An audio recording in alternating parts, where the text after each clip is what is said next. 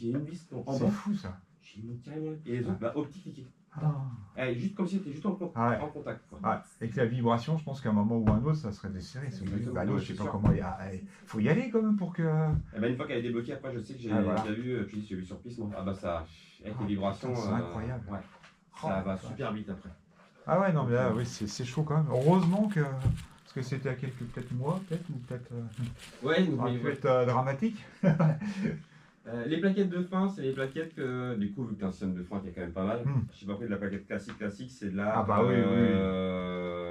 On appelle ça de road racing. C'est une D'accord. plaquette route, voilà, qui Très bien. Les routes racing. Très bien. Mais là, si vous avez bien fait, c'est ce que je vous aurais dit, parce que moi, je veux que ça soit de la qualité. Je savais que j'allais les passer, donc ça m'a fait payer du port parce que j'avais pas de franco, mais je les commande. De toute façon, je sais que ça va sur pas mal des pays Brembo.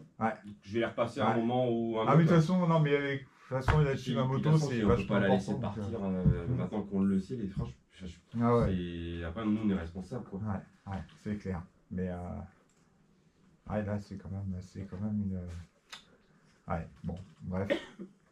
Heureusement que vous avez bien regardé parce que. Bah, ouais, voilà. Quoi, c'est. Mais bon, au moins. C'est résolu, tu es tranquille. Voilà, ça aura évité de mourir, c'est déjà bien. Bonne journée, bon week-end, bonnes vacances à vous, hein, surtout. Merci, au revoir. Au revoir.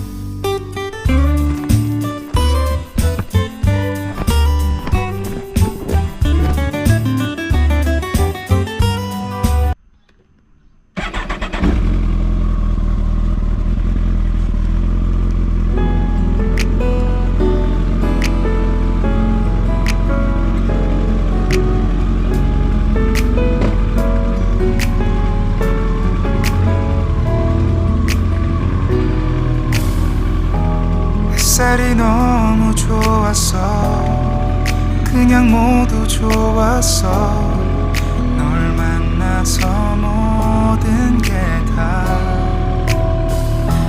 잠에서 깨어나서 휴대폰을 먼저 보게 돼 참 많이 변했다는가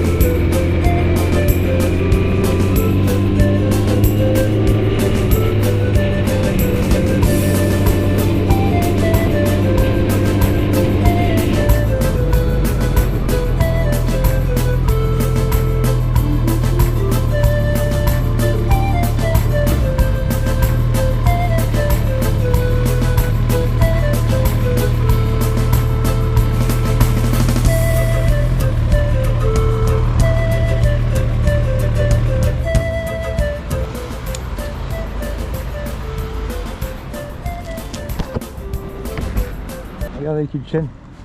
Waouh, c'est magnifique. Une petite chaîne renforcée, embrayage renforcé.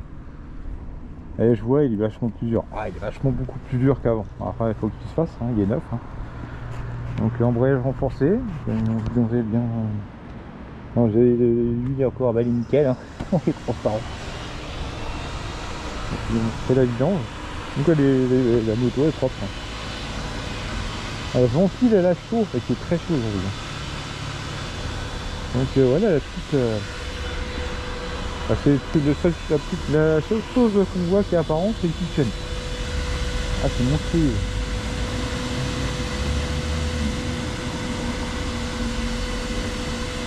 Ah, ça fait stylé avec la chaîne comme ça, un couleur or. Ah, ça fait stylé.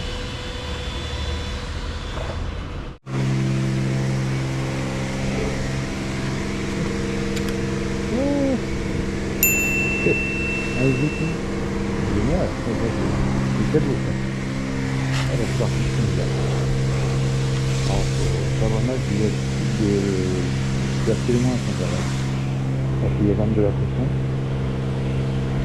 On va y aller assez loin.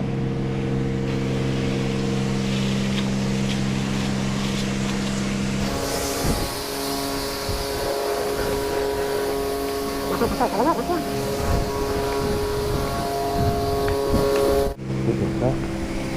Après, mais par un stage plus souriant. Je ne mets pas de la pression parce qu'il y a trop de pression.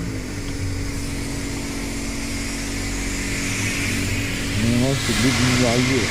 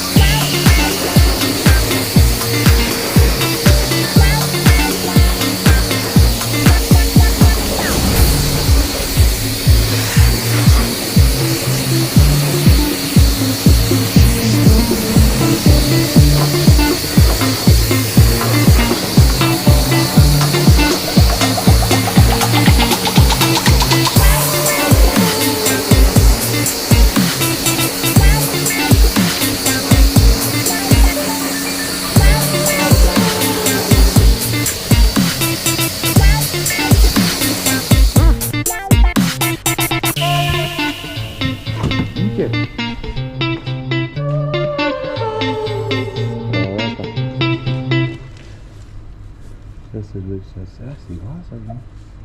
Ça doit être de la graisse quand ils ont graissé la chaîne. Donc ça, il faudra que j'enlève avec du pétrole désaromatisé. Voilà. Donc là on voit bien la graisse. Hein. Elle reste bien celle-là, je sais pas ce qu'ils utilisent comme graisse. Mais donc il faudra ça que je nettoie au pétrole désaromatisé. Je vais faire un petit peu le carénage avec mes propres produits. Donc on y va. Je choisis mon heure pour faire ça. Parce qu'il faut pas que je fasse chier tout le monde aussi. C'est pas le but. Il y a des gens qui attendent. Alors je m'enlève, hein, bien sûr, s'il y a les 3 personnes qui arrivent, je vais manger derrière, forcément, je vais pas faire chier.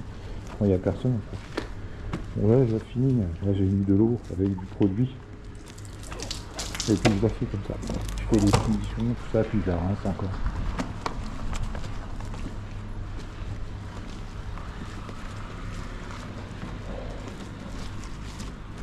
Là, je vais sûrement respirer comme un chacal là.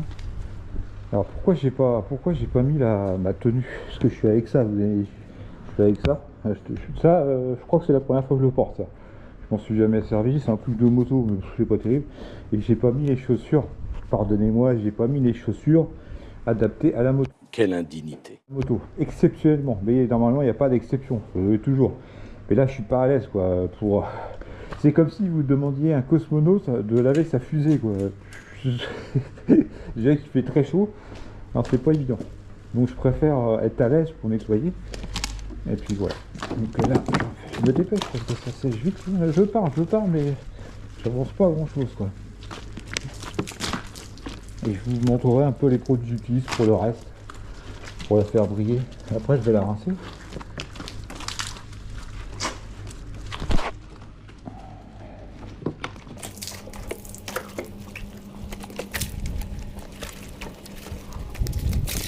va faire les jantes à la fin, parce que c'est ce qui est le plus sale. Il faut aller du moins sale au plus sale. But de la manœuvre. Je rappelle que je viens de la récupérer chez Moteur Actif. Donc j'aime bien la laver parce qu'il a plu dans la semaine. Et je sais qu'il la mettre dehors, ce qui est normal, hein. Il y a un parc moto important, hein. Ils ne peuvent pas les rentrer toutes. Et il la laisse dehors. Forcément elle a pris un petit peu d'eau, c'est normal. Et là-bas c'est un peu un terrain où il y a de l'herbe, il y a de la terre. Donc quand ça, il pleut, ça éclabousse. Donc et après ça laisse des petites traces sur la carrosserie.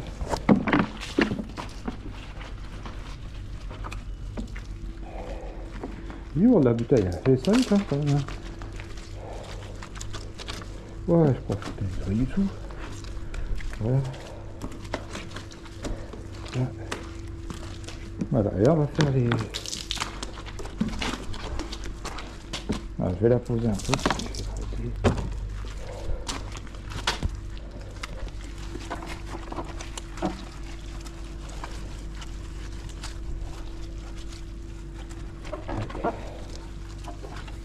Voilà. Alors ça, je vais pas m'attaquer à la béquille centrale. Ça, je vais le virer, je vais l'enlever. Il commence à être vieux, j'en ai pas aussi la petite basket. Je vais la changer, j'en ai plein. Bon, ça coûte que là, ça coûte 1 euro quelque chose, même pas. Donc j'en ai commandé je sais pas combien. Je change tous les... Quand je commence pour un certain temps, je la vire. Je la vire, j'en mets une neuve. Je m'embête pas avec ça. Vu le prix que ça coûte, c'est pas non plus. Voilà. Et franchement, je trouve ça pratique. Ça prend plus large que ce que je disais déjà dans une demi-vidéo. Outre que ça soit rigolo et que les gens trouvent ça marrant, mais c'est très fonctionnel, ça prend plus large. C'est bien quand vous avez un terrain qui est un peu accidenté ou un terrain qui s'enfonce.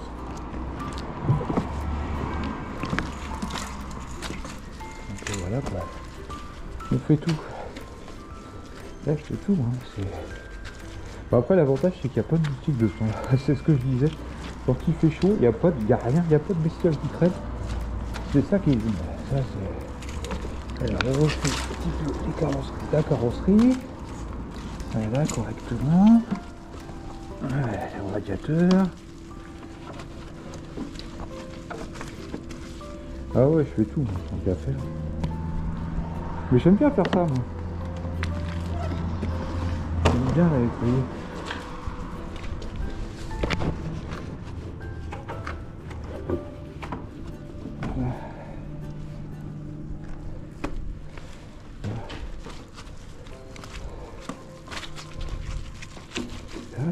Ah, les aides ils commencent à se barrer. Ah, c'est pareil, j'en ai de secours, ça, je vais les virer celui-là. Je vais en mettre un œuf avec la chaleur. Ça tient pas, ça a de mal, ça se décolle. Mais celui-là il tient bien, celui-là. Il y a des côtés. Quoi que le 4. Oh merde. Le 4 il commence à se barrer un peu.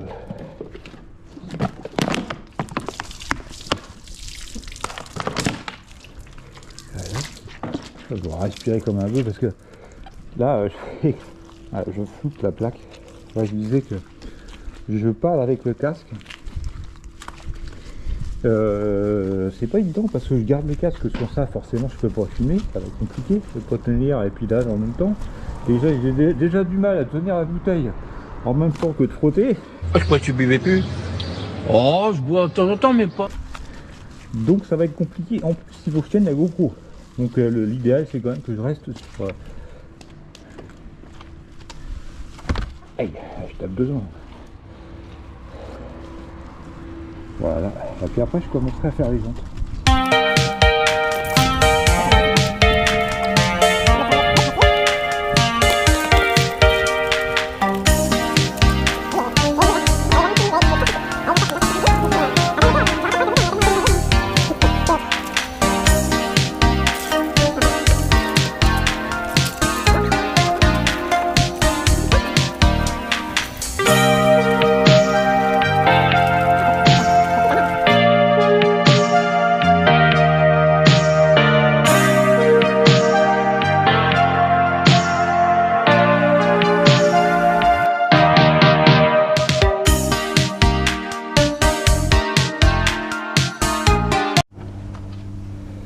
ouais, moi je nettoie tout, moi je suis un grand malade.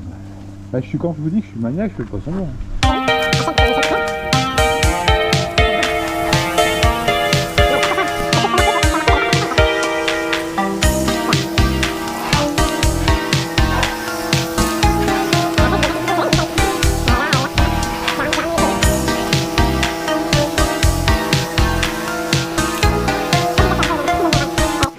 Alors ça, si c'est brillant, c'est pas trop, il n'y a pas trop de pression. C'est de l'eau déminéralisée, donc ça laisse pas de traces.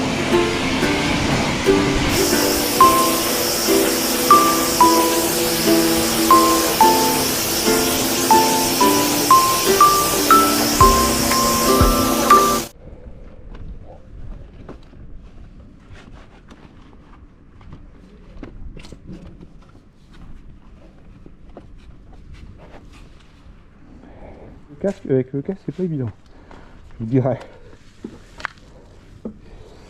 Ça, voilà. Alors si vous m'entendez respirer comme un bœuf, vous inquiétez pas, c'est normal. C'est tout à fait normal. Et déjà, je suis pas habillé en cosmonaute pour faire la moto, c'est quand même pas mal. Une fois, elle avait nettoyé, j'étais en tenue. Alors j'ai dit, il faut que je trouve un truc. Parce que je suis pas très loin de chez moi. Bon, bah, c'est sûr que vous allez me dire, c'est pas parce que je suis pas loin de chez moi, je peux tomber. Bon voilà, je prends le risque. Parce que c'est vraiment c'est très contraignant pour laver la moto. En général, je la finis chez moi. Je la lave, mais là, bon. Je préfère la finir. En fait, elle va être beaucoup plus propre si je la. Ça n'aura pas le temps de sécher parce que le problème, c'est quand on roule. On ramène toute la merde. Donc vous roulez, vous dégagez la moto. Donc là, si elle sèche tranquillement là, il y aura beaucoup moins d'eau et ça va éviter de ressalir la moto. Ce que vous avez fait. Je suis en train de parler encore, ça se trouve je filme pas comme d'habitude. Non, c'est bon, je fais ça film. Donc pour là, il n'y a personne. Je gêne personne, vous voyez. Il n'y a personne. Donc je dérange. Je me permettrai pas de faire ça, bien sûr. S'il y a du monde, je m'enlève. Hein. Le but, c'est pas de gêner les gens. Et là, je gêne personne, puisqu'il n'y a personne. Donc j'en profite. Les créneaux où je sais qu'il y aura. Si on vient en semaine, forcément, il ne faut pas faire ça en semaine. Le matin, l'après-midi, parce que vous avez du monde qui vient laver leur voiture, leur véhicule, moto, voiture. Mais par contre, si vous faites ça le soir, là, il est peut-être 19h30, 20h, il n'y a pratiquement personne à cette heure-là. Donc c'est un créneau où vous allez pas embêter personne, quoi. Donc c'est pour ça que je fais ça dans ces créneaux là pour pas gêner. Et puis par contre si je gêne, c'est ce que je dis, hein, je me vire, hein, ça c'est clair que les gens ne sont pas là pour attendre hein, que je lave la moto. Ils sont comme moi, ils ont envie de laver leur moto, qu'elle est tranquille et pas attendre 3 plombes, quoi. Donc faut respecter ça. Mais là je gêne personne. C'est une cire polish pour moto, pour la carrosserie. C'est génial, W40. Procure une brillance extrême, ne laisse aucune trace pour les surfaces peintes ou métalliques. Donc voilà, ça s'applique sur le plastique ou le métal. Et ça fait briller la bécane, ça c'est génial. Elle a la même couleur que la mienne.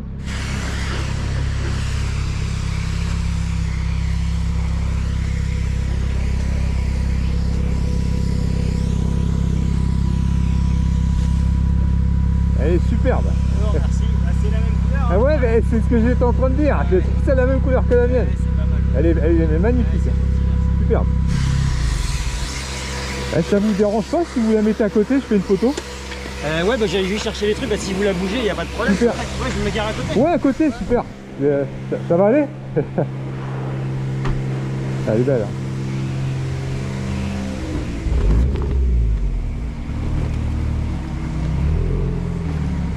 Ah ouais. Ah ça le fait. Ouais. Putain la vache.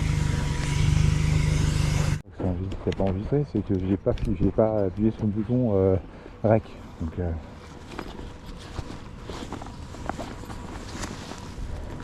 bon, on va se rentrer. Ah il est maniaque, comme il était comme vrai, il est maniaque. Mais on se comprend tous les deux. Hein. Il a une belle bagnole, il fait attention.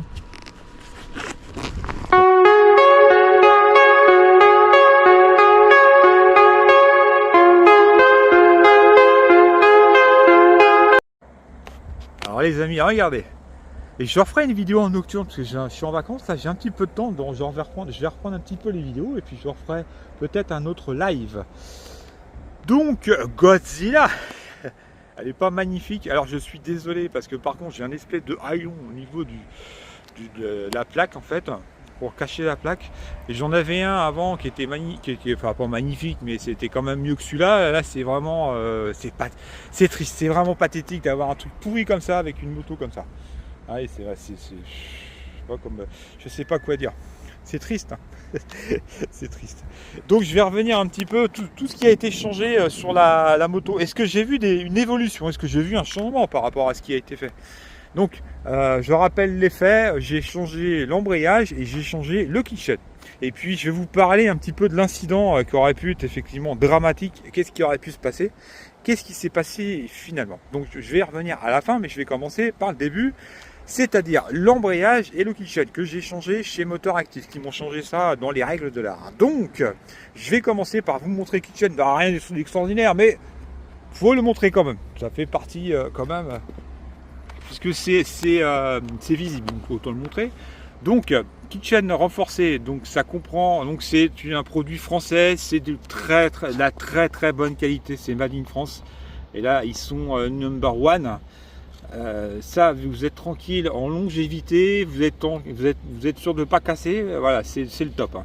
Donc kitchen renforcé, ça comprend la couronne, le pignon et bien sûr la chaîne.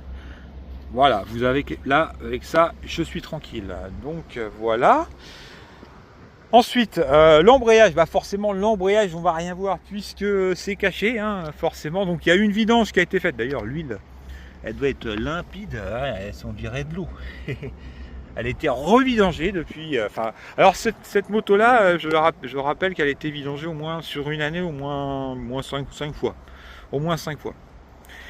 L'embrayage. Alors l'embrayage, je vais mettre une observation, un retour en fait sur les pièces assez prématuré puisque je n'ai pas roulé énormément paradoxalement avec Godzilla. Pourquoi? Quand j'ai été les chercher, donc elle était déjà au garage, donc j'ai fait simplement le retour chez moi et j'y étais franchement tranquillou. Alors pourquoi j'y étais tranquille? Parce que j'avais quand même des pièces, j'ai quand même une moto des pièces ont été modifiées, donc ça va pas forcément, oui je suis d'accord, ça va pas forcément changer le comportement de la moto, mais par sécurité, voilà, je voulais un peu reprendre mes repères. Et c'est vrai que l'embrayage par contre, alors point positif et point négatif. Point positif, c'est que je trouve que le passage des rapports est beaucoup plus fluide. C'est-à-dire que vous pouvez pas sauter de rapport, ça tombe d'un coup, hop, 2, 3, 4, le point mort, vous le trouvez. Des fois, j'avais un peu de mal avec avant, et c'est vrai que c'est très fluide. Par contre, la contrepartie, mais ce qui est normal puisque c'est un embrayage neuf, avec des ressorts, il me l'avait dit d'ailleurs, Ludovic, je suis fort, je me rappelle de son nom, Ludovic, qui est super sympa, un mec, vraiment un mécano, un passionné, et quelqu'un qui est assez modeste, hein, parce que c'est ça que j'aime bien, voilà, on reconnaît un petit peu les gens compétents déjà par leur façon de parler. Je vais y revenir un peu plus tard. Donc, pour revenir à l'embrayage, alors l'embrayage, il me l'a dit effectivement, les ressorts, parce que c'est un embrayage renforcé, donc les ressorts sont beaucoup plus durs que ceux d'origine. Et elle est bien plaquée, l'embrayage. Et la poignée, elle est assez dure hein, au début. Hein, bon, moi, j'ai de la poigne, ça ne me pose pas de problème. Mais c'est vrai qu'il faut quand même, faut bien appuyer sur la poignée. Hein. Donc, elle est encore un petit peu dure, ce qui est tout à fait normal. Ça va se faire petit à petit. Hein. Mais on sent que l'embrayage est neuf. Alors, je reviens, alors j'ai pas assez de recul parce pour vous dire, alors je trouvais que, alors moi c'est peut-être moi, bon a priori l'embrayage qu'il y avait dessus n'était pas plus, on en a pas reparlé avec Ludo, mais il n'était pas plus abîmé que ça en fait. Il était encore plutôt en bon état. Au niveau des garnitures, ça allait à peu près. Mais là en fait par contre oui c'est vrai que je vois une différence et une fluidité au niveau du passage des rapports qui se fait vraiment très bien. Vous pouvez pas louper une vitesse ou un machin, notamment des fois quand je la passais au point mort, des fois je sautais une vitesse, des fois ça passait bien, très bien, puis il y a des fois je galérais un peu plus. Et là, c'est vrai que c'est beaucoup plus fluide. Ça, à ce niveau-là, je trouvais une différence. Alors, malheureusement, j'ai pas assez de recul parce que, comme je dis, j'ai pas roulé énormément avec. J'ai fait le retour du garage chez moi. J'ai roulé vraiment tranquillement. Ce que voilà, quand je change de pièce, j'aime bien en fait ressentir un peu la moto, y aller tranquillement. Alors c'est sûr que ça va pas, c'est pas ça qui va changer énormément le comportement, mais quand même, si ça change un peu le comportement au niveau du frein moteur, au niveau de l'embrayage, quand vous débrayez, vous embrayez, ça change un peu. Elle part un petit peu plus en première, mais bon, voilà, faut quand même. C'est pour ça que j'y vais mollo quand je change des pièces toujours sur une moto, j'y vais tranquillement pour me faire un petit peu au changement de la moto. Mais c'est vrai que ça n'a pas forcément énormément de conséquences sur le comportement de la moto. Alors c'est pour ça que je l'ai pas exploité. Même aujourd'hui, là ça fait 2 semaines que je n'ai pas roulé énormément avec Godzilla. J'ai fait quoi? J'ai fait 10 km. J'ai pas roulé beaucoup et là je suis pas très loin de chez moi. Donc on verra, parce que c'est vrai que quand je roulais à une certaine vitesse, j'ai l'impression que ça patinait un peu, mais c'est peut-être dans mon imagination, peut-être. Donc voilà, alors voilà, donc beaucoup plus fluide effectivement au niveau du passage des vitesses. Par contre, la poignée encore est très dure. Hein, ça c'est la contrepartie, mais ça va se faire petit à petit. Voilà. Le Kitchen, je vois pas de différence, hein, ça va pas changer. Hein, mais après, je l'ai pas. Comme je dis, je ne l'ai pas forcément encore beaucoup exploité. Je ne l'ai pas exploité énormément. J'ai vraiment roulé tranquillou. On verra en vitesse un peu plus extrême ce que ça donne. Alors maintenant, on va parler de l'incident en fait, qui aurait pu avoir des conséquences dramatiques. Je pèse mes mots, oui, dramatiques. Je vais vous expliquer un petit peu ce qui aurait pu se passer. Donc, je n'ai pas envie de dénigrer cette personne à qui j'ai fait confiance, que j'ai payé, qui a gardé ma moto pendant 1 an, que je lui donnais toujours raison, parce que même des amis m'ont dit c'est pas normal qu'il garde une moto 1 an comme ça, et qui a une très bonne réputation. Hein. Il était assez connu, c'est a priori une référence. Et c'est vrai, j'ai commencé à avoir des doutes en fait envers lui. Déjà, ça traînait. C'est pour ça que j'ai pas fait de vidéo pendant un certain temps. Si ceux-là qui me suivent, j'ai pas fait de vidéo un certain temps parce que je n'avais pas ma moto. Et je vais vous parler que de la partie immergée de l'iceberg. Je vais pas vous parler de l'autre partie parce que je pourrais vous sortir énormément de trucs sur cette personne. Elle aurait dû être reprogrammée cette moto. J'ai payé en fait. Il a fait je sais pas combien de bornes. J'ai payé en fait le parcours. Finalement, elle n'a pas été reprogrammée. Il y a eu pas mal de trucs. Le réservoir, j'ai eu un souci avec le réservoir que je vous avais parlé. Il me dit comme ça, écoute, ton réservoir, le carrossier, ouais, il a fait ça comme un dégueulasse. C'est bizarre, j'avais de la moto, ça fait 2 ans que je l'avais, j'avais jamais eu de soucis. Je l'entends qu'il aurait pu avoir des soucis, hein. L'erreur est humaine, je l'entends. Et puis il me dit ouais, réservoir, au niveau du tour en fait, je vais pas vous l'enlever. Au niveau du tour en fait, une espèce de comme si la peinture, elle s'écaille pas, mais elle a un peu gonflé. Enfin voilà, rien de dramatique, mais voilà, il me dit ouais, c'est parce que ça a été mal fait. Moi, c'est bizarre parce qu'avant, moi, j'ai jamais eu de soucis. Comme par hasard, je lui laisse. Bon, après, peut-être qu'il avait raison. Et puis, je vais voir mon carrossier. Et en 2 secondes, il m'a dit, il avait compris tout ce que c'était. Il m'a dit ça, c'est un moteur, c'est un réservoir qui a été retourné, ça. Et il dit l'essence, elle a simplement, elle a dû stagner à ce niveau-là. Et puis, c'est ça qui a fait un peu cloquer la peinture. Et ça correspondait effectivement à ça, puisque il avait changé la pompe à essence. Bon, bref. C'est pas dramatique s'il y avait que ça encore. Après, il y a eu aussi un trop plein d'huile. Il m'a fait un trop plein d'huile. J'avais de l'huile, j'avais un trop plein, je vous en avais parlé. Et ce qui m'inquiétait, c'est que je m'en suis pas aperçu du tout d'ailleurs. Ce qui m'inquiétait, c'est que j'avais de l'huile qui sortait au niveau du bouchon. Je comprenais pas. J'avais une espèce de petit suintement, ça coulait le long là. Et comment ça se fait? Et puis je regarde, je dis tiens, on voit même le niveau, il est trop haut quoi. Il était trop haut quoi. Donc il y a eu ça, j'ai eu une lettre qui a été posée à l'envers, enfin bon bref. Encore que ça. Bon voilà. Et puis mais en fait ce qui me gonfle en fait c'est pour ça que j'en parle. faites attention à qui vous confiez votre moto, parce que là, s'il m'était arrivé un problème avec la moto dramatique ou matériel, mais s'il avait été matériel, on va dire, j'aurais eu des gros problèmes avec la moto, j'aurais eu énormément de frais à faire dessus. Je sais même pas si c'est récupérable. Mais c'est pour ça que quand vous confiez une moto à quelqu'un, le seul problème que vous allez avoir, c'est que si jamais vous avez un problème, vous êtes foutu. Vous pouvez pas, un garage, vous pouvez vous retourner contre un garage. Un particulier, vous n'avez pas de preuve, vous n'avez pas de, vous l'avez, voilà. Donc, et à tout niveau, hein.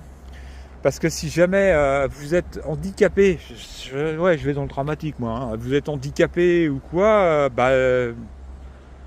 votre assurance va prendre en charge, mais ça ne sera pas pris en charge comme si c'était un garage, parce que le garage a une certaine responsabilité. D'ailleurs, il faut savoir que Ludovic, on l'entend d'ailleurs, il me dit je ne peux pas te laisser partir avec des plaquettes, parce que bon, alors on y va. Qu'est-ce qui s'est passé? Il n'y avait pas de vis tout simplement.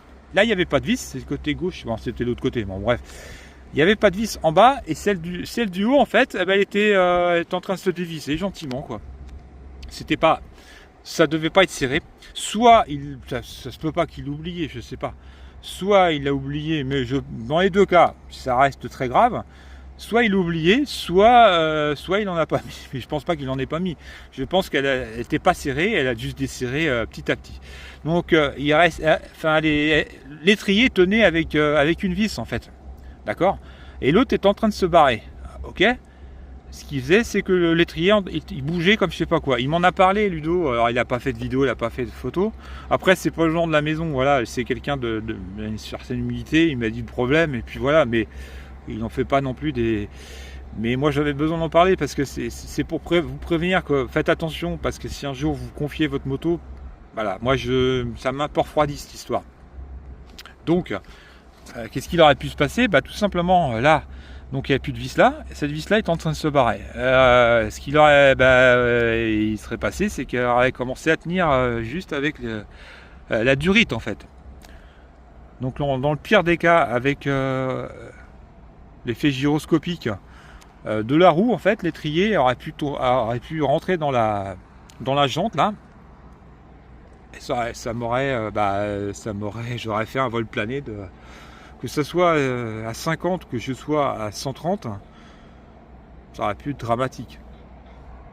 Alors, au meilleur des cas, il aurait pu... de toute façon, il aurait accroché un moment ou un autre. De toute façon, ça aurait accroché quelque part et ça aurait fait des dégâts. Alors, le pire des cas, c'est effectivement que l'étrier arrive là.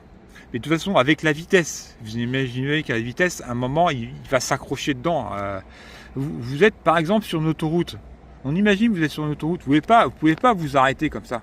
Vous êtes à 130. Vous pouvez pas vous arrêter. Une aire de repos, c'est tous les 40 km. Vous entendez un bruit, mais en moto, c'est bruyant, mais vous êtes sur l'autoroute. Là, je me serais peut-être arrêté, mais il aurait peut-être été déjà trop tard. À 130, je pense que l'étrier serait peut-être rentré dans la jambe, quoi. Et puis là, ça arrive là, hein, ça c'est en acier ou je sais pas trop quelle matière, c'est terminé. Hein. La roue, vous bloquez la roue, vous passez par-dessus, quoi. Voilà, donc j'ai pas envie de s'en faire des caisses, mais bon, moi j'ai appelé cette personne pour lui en parler. Bon, bien sûr, il m'a pas répondu. J'aurais aimé qu'il me réponde. Et puis, s'il avait reconnu un petit peu, ouais, je suis désolé, ouais, j'ai pas dû faire attention, franchement, voilà. Et puis, on n'aurait même peut-être pas parlé dans la vidéo, mais c'est pour dire qu'on s'en fout, quoi. Donc, ça aurait pu avoir des conséquences dramatiques, outre corporelles, mais en tout cas, matériel très important. Matériel très important. Mais de toute façon, je pense que de toute façon, l'étrier, à un moment ou un autre, avec l'effet gyroscopique, saurait aspirer en fait l'étrier à l'intérieur de la roue, enfin au niveau des jantes. C'était la conséquence. Hein. Voilà, ça c'est fait quand même partie de la sécurité de la moto, quoi. Je veux dire, on joue pas avec ça. Ça, faut regarder à deux fois, quoi. Il faut bien serrer. Voilà. Alors c'est pour ça que si je n'avais pas, je m'étais pas inquiété, parce que le bruit, en fait, c'est des disques flottants. Donc c'est normal, ça fait du bruit. C'est normal, ça c'est la particularité des disques flottants. Ça bouge un peu, c'est fait pour compétition route. Donc ça freine, c'est du top. C'est normal que ça fasse du bruit. Et puis, mais heureusement que j'ai demandé, et d'ailleurs j'ai essayé de voir dans les vidéos si j'arrivais à vous montrer un petit peu. Mais c'est vrai que c'est pas un endroit où on regarde systématiquement cet endroit-là, quoi. S'il manque une vis ou quoi. Donc il manquait une vis en bas, et puis en haut, elle était en train de partir. Et c'est ce que me disait Ludovic, il a vu une moto comme ça, pareil, et ça va très vite. Quand elle commence à sortir du pas de vis, ça va très vite pour qu'elle s'enlève. Voilà, donc c'est... Bon, ça va me vacciner pour la suite, donc je ferai attention à qui je vais confier ma moto. Donc voilà, faites attention à qui vous confiez votre moto. Voilà donc la petite anecdote que je voulais parler. Alors c'est pas le problème, c'est que dans tout ça, ça aurait pu me coûter la vie, mais ça m'a coûté un peu d'argent aussi parce que forcément c'est dommage. J'aurais dû demander à vous montrer parce que quand en fait la plaquette elle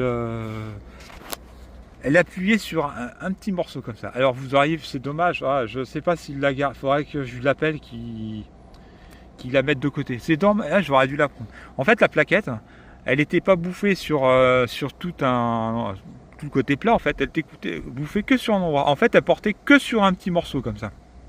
Voilà, elle portait vraiment, il n'y avait qu'un petit morceau qui était bouffé. Donc il a fallu changer, changer les plaquettes, quoi, mettre les mêmes de chaque côté. Donc c'est une dépense effectivement qui aurait pu être évitée. Bon, alors après je m'en tire bien, moi je suis content que ça se passe comme ça. Mais je veux dire, voilà, vous faites confiance à quelqu'un, vous vous dites, voilà, je confie ma moto, et moi, j'ai fait confiance, et voilà ce qui peut arriver. Donc voilà, je vais m'arrêter là, je vais pas en dévoiler plus, parce que ça, après, le reste c'est personnel, et puis cette personne-là n'est pas là forcément pour se défendre ou quoi que ce soit, malgré que je l'ai appelé pour lui en parler, bien sûr, il n'a pas décroché, bon, voilà. Mais voilà, je voulais simplement faire cette vidéo pour vous prévenir. Faites attention à qui vous confiez votre moto. Parce que si jamais vous avez un problème sur votre moto, vous avez tout pour vous. Puisque vous n'avez aucune garantie. Puisque si vous avez, ça avait été un garage qui m'avait fait ça. Et si j'avais eu un problème avec, que ça soit corporel ou autre, le garage était responsable. Donc vous auriez eu des conditions alors, et vous imaginez bien que si vous avez un accident dramatique et en plus de ça vous n'êtes pas du tout remboursé, vous avez l'effet qui se coule, vous avez tout perdu, vous auriez passé par un garage, vous auriez pu bénéficier des conditions effectivement, puisque c'était la responsabilité du garage. Donc vous avez des conditions particulières que vous n'auriez pas si c'est un particulier qui vous montre le freinage, vous n'avez pas de preuve. Voilà, c'est ça la différence. Donc il faut faire attention à ça. Alors je l'entends, là, beaucoup font des choses eux-mêmes. Après la partie sécurité, il faut vraiment être sûr de soi. Après il y en a qui le font très bien, attention, mais quand on fait, si vous faites des choses par quelqu'un, il peut avoir ce genre de conséquences. Voilà les amis, c'est la fin de cette vidéo, on se retrouve pour une prochaine vidéo. Faites attention sur la route et en dehors de la route. Allez, salut.